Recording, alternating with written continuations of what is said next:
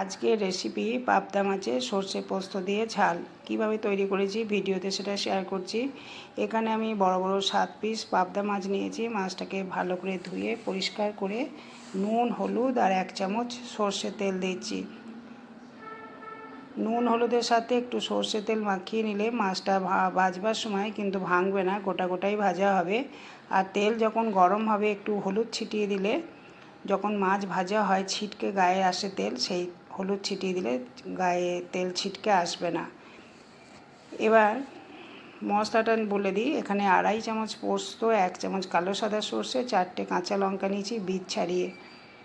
মশলাটা একটু ভিজিয়ে নিলে, জলে ভিজিয়ে দিয়েছি, এটা খুব সহজেই বাটা হয়ে যাবে। আধ ঘন্টা মতো ভিজিয়ে রাখলে খুবই ভালো হয়। এরপর কড়াইতে সর্ষে তেল গরম করতে দিয়ে মাছগুলো পরপর ভেজে নেব। আমার চ্যানেল মুনমুনস ভিডিও অ্যান্ড শর্টসে তোমাদেরকে স্বাগত। পাবদা মাছের এই রেসিপিটা তোমাদের যদি ভালো লাগে অবশ্যই ভিডিও শেষে একটা লাইক এবং কমেন্ট করবে।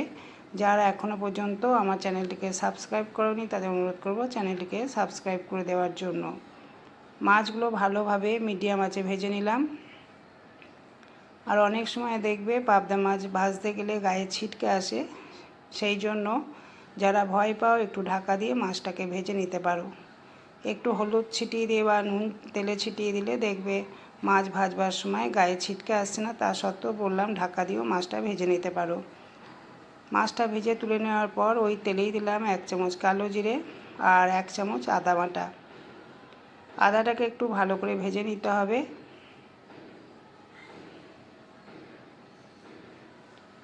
আর এই রেসিপিটা গরম ভাতের সাথে খুবই ভালো লাগবে। আদাটা ভেজে নেওয়ার পর এখানে দিয়েছি 1 চামচ হলুদ আর কিছুটা কাশ্মীরি লঙ্কা গুঁড়ো। অল্প জল দিয়ে মশলাটাকে কষিয়ে নিচ্ছি।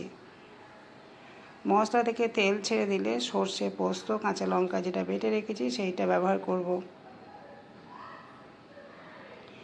যারা মাছ ভালোবাসো আজকের এই রেসিপিটা তাদের খুবই ভালো লাগবে। আর এই রেসিপিটা খুব টেস্টি হয় যেভাবে আমি বানাচ্ছি। দেখো কড়াইতে তেল ছেড়ে দিয়েছে।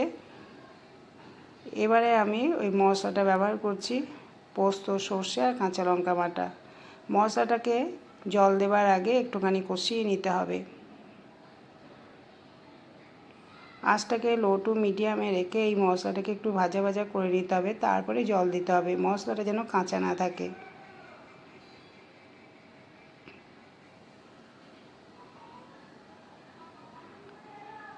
মশলাটা এইভাবে কিছুক্ষণ নাড়াচাড়া করে নিয়ে তারপরে আমি মশলার বাটি দেওয়া জল 1 কাপ মতো ব্যবহার করছি।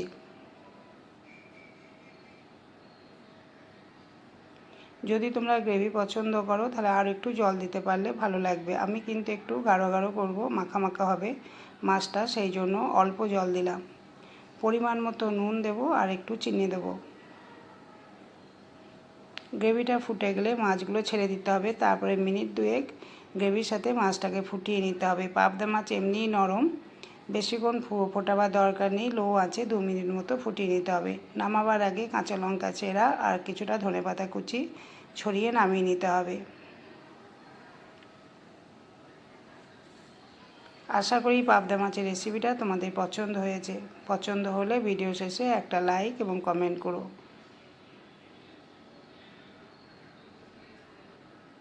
আজকে এই পর্যন্ত। নেক্সট দিন অন্য একটা রেসিপির সাথে তোমাদের সঙ্গে দেখা হবে। তোমরা ভালো থাকবে, সুস্থ থাকবে। আর এই রেসিপিটা গরম ভাতের সাথে একবার অন্ততপক্ষে বাড়িতে বানিয়ে খাবে।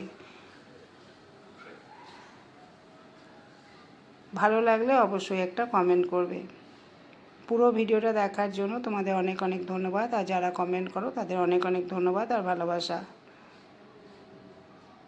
Thank you.